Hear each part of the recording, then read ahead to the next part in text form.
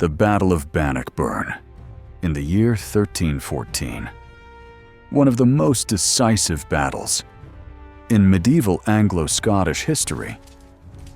But what makes Bannockburn endure is not the number of men who fought there. It is how a largely infantry army, poor, exhausted, and outnumbered, turned overwhelming power into a death trap. Scotland brought barely 6,000 men, few horses, little armor, long spears, and discipline. England arrived with more than 20,000, 2,500 armored knights, the shock weapon of medieval Europe, and Welsh longbowmen whose arrows could tear through mail and flesh. Every number said Scotland should lose. So where did victory come from, if not from steel and numbers? Dawn broke in June near Stirling, a narrow strip of land. The Bannock Burn winds through it. The dense woods of New Park pressed close. The English advanced, heavy, confident, certain.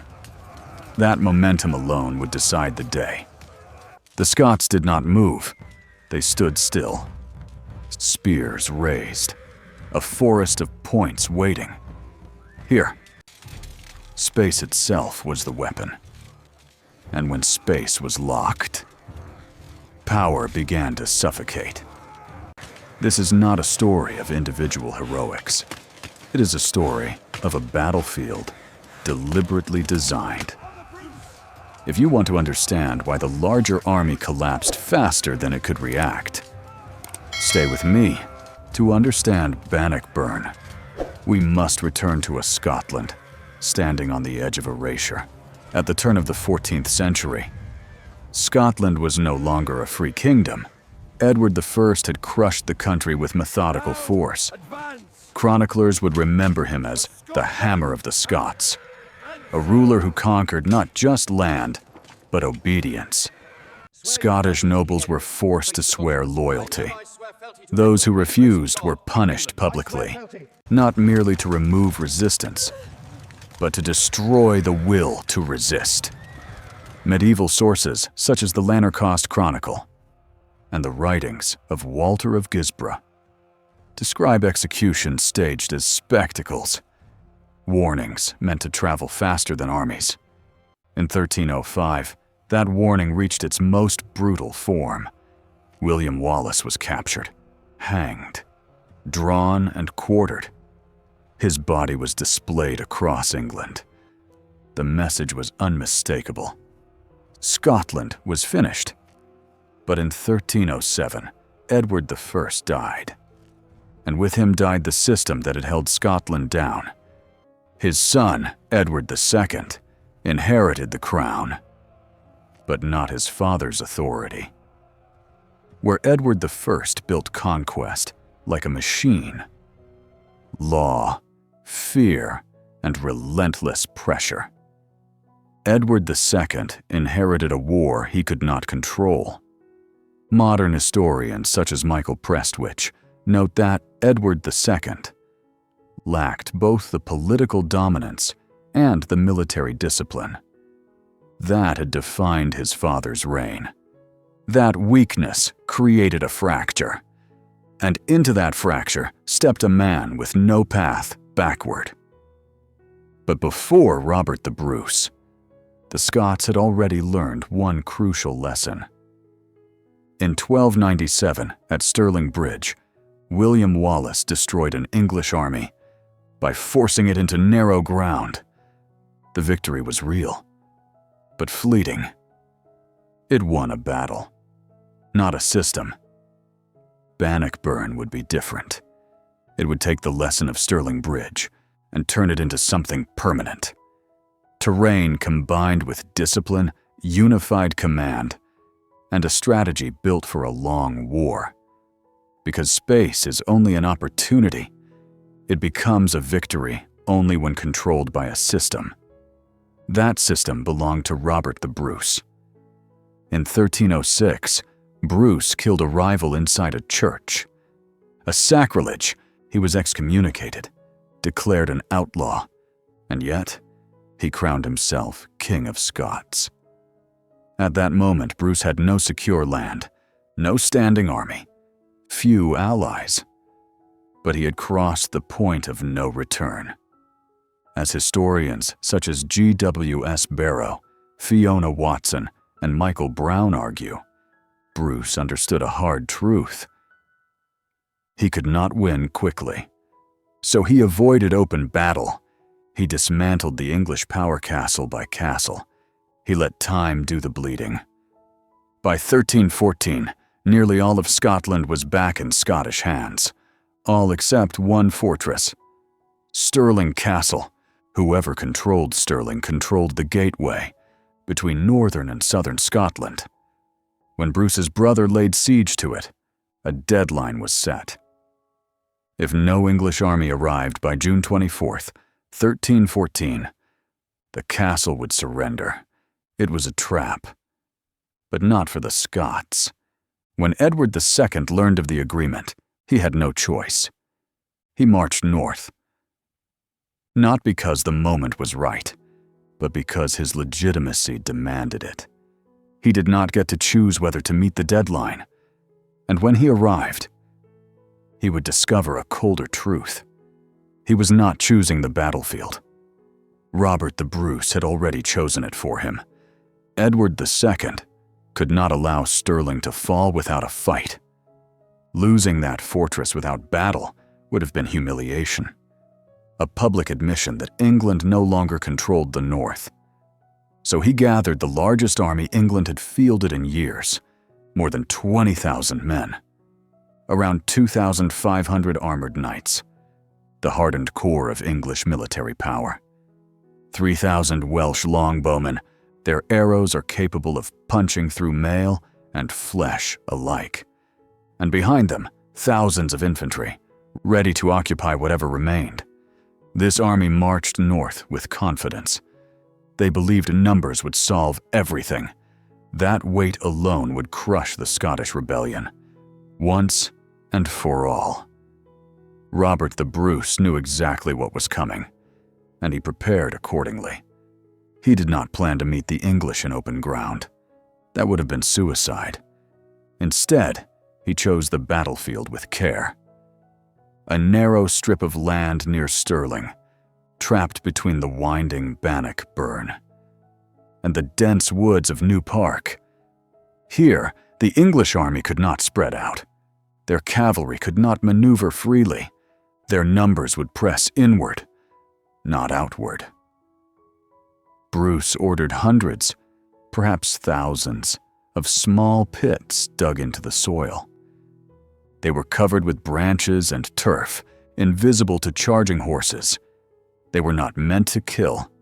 They were meant to disrupt, to shatter rhythm, to break formation, to turn speed into chaos. At the center of Bruce's plan stood the schiltron, dense formations of spearmen, each man holding a shaft nearly 4 meters long, locked shoulder to shoulder, points angled outward, a living wall of iron. At Falkirk, years earlier, Scottish schiltrons had stood still and been destroyed by English arrows. Bannockburn would be different. Contemporary sources suggest these schiltrons could advance, slowly, deliberately, as one body, transforming defense into controlled pressure. This was not desperation. It was designed. Bruce placed his schiltrons forward, his light cavalry hidden to strike exposed targets, and a reserve waiting for the moment the line would break. The English, by contrast, is deployed by habit. Knights in front, archers behind. But in this confined space, the command would begin to fracture. Orders would arrive late, units would block one another, archers would struggle to find clear lines of fire. And when the battle finally began, Edward II would learn a brutal lesson. He had brought an overwhelming force, but he had brought it into a place where force could no longer breathe. On June 23rd, the English army arrived. The battle had not yet begun. But Bannockburn was already shifting. Robert the Bruce rode ahead of his line. No polished armor, no bannered warhorse bred for tournaments, just a small, tough mount, and a single axe in his hand. To the English eye, he looked exposed. Henry de Bohun saw him, a knight shaped by the old world. Steel, lineage, and the belief that armor made men untouchable. This was the moment he had trained for. One charge, one kill, one name remembered forever. He lowered his lance and spurred forward. Bruce did not flee. At the last possible instant, he twisted his horse aside. The lance cut empty air. As Bohun thundered past, Bruce rose in his stirrups and brought the axe down. Steel split helm and skull in one motion. The impact shattered the axe handle. The knight collapsed lifeless into the grass. For a heartbeat, silence. Then the Scots roared. Their king had just killed England's champion, not with ceremony, but with precision. In that instant, something deeper broke. The myth of the invincible knight. The assumption that steel and bloodline decided battles. The English did not retreat, but certainty had died. And tomorrow, that doubt would choke an army. That night, English commanders argued. Some urged caution. They wanted better ground. But Stirling's deadline loomed. If the castle fell without relief, Edward II's kingship would be mocked across Britain. Politics overruled geometry. Orders were given. At dawn on June 24th, the English army advanced. They crossed the Bannock Burn. The ground narrowed, ranks compressed, rear lines pushed forward, blind to what was happening ahead. The cavalry tried to form. They could not. Signals vanished in the noise. Commands arrived too late, or not at all. Edward II could no longer coordinate his strength. And then the schiltrons moved. Not back. Forward. Spears angled low. Horses screamed. Some impaled themselves. Others plunged into hidden pits. Armored knights fell and could not rise. Those behind had no space to stop. Momentum turned against itself. The English were not losing because they were dying. They were losing because they were trapped. June heat rose. Steel armor became a furnace. Breath shortened. Water vanished. In the press of bodies, exhaustion arrived faster than fear. This was not a tournament. This was physics. Edward II had one answer left: the Welsh longbowmen. At Falkirk, they had destroyed schiltrons from a distance. Here, distance did not exist. The lines were too close. To shoot meant killing their own. England had the solution, but no room to use it. Then Bruce struck the artery. 500 light horsemen swept out. Fast, unarmored, deliberate. They crashed into the exposed archers. No heavy cavalry protected them. The bowmen broke. And when the archers fled, the English army began to suffocate. Bruce released his reserve. Argyle men advanced. On the hills, camp followers appeared. Farmers, servants, boys, waving banners. To the English eye, it looked like fresh troops. A cry spread. Retreat. The king was pulled from the field. Order collapsed. Withdrawal became panic. Panic became flight. Armor lay abandoned. Banners sank into mud. Men gasped and realized they were alive. Bannockburn was decided. Not by numbers, not by glory, but by space. discipline, and a battlefield designed to kill certainty. The retreat did not unfold like a command. It collapsed. What began as a withdrawal became a flight. English soldiers tore off armor that dragged them down. Shields were thrown aside. Swords abandoned in the mud. Men ran for the Bannock Burn. Some tried to swim. Steel pulled them under. Others were cut down from behind.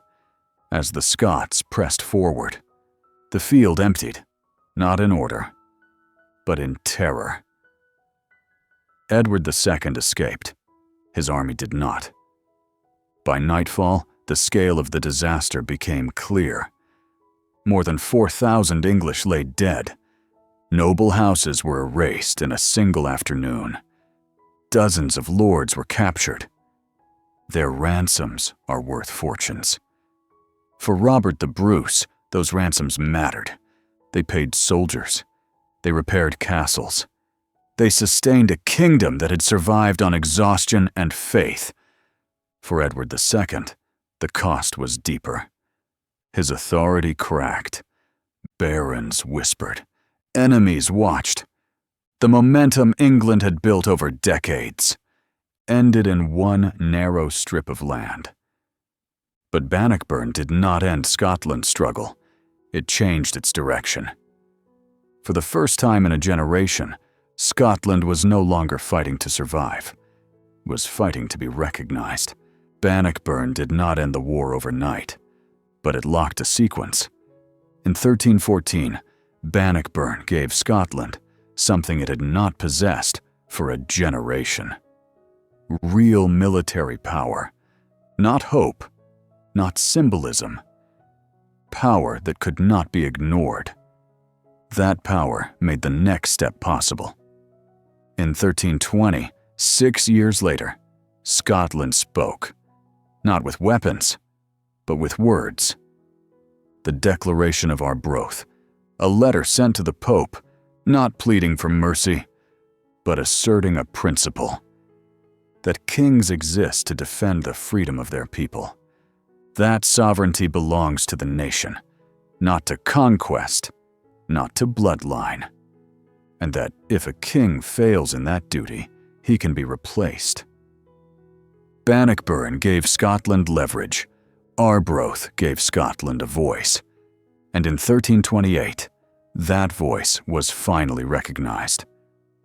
England formally acknowledged Scottish independence, not as a concession, but as a reality it could no longer be reversed. This was not an isolated miracle. Across Europe, similar patterns were emerging. At Courtrai in 1302, at Morgarten in 1315. Heavy cavalry fell, not to chance, but to disciplined infantry, terrain, and timing.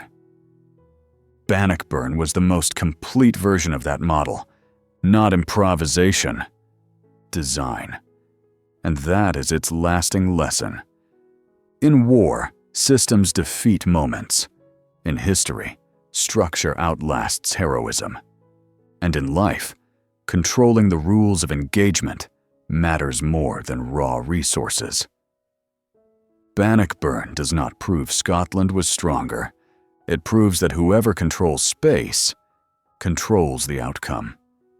If you want to follow this pattern further, from Courtrai to Bannockburn to Morgarten, stay with this channel, because the next battle will test the same idea under different ground.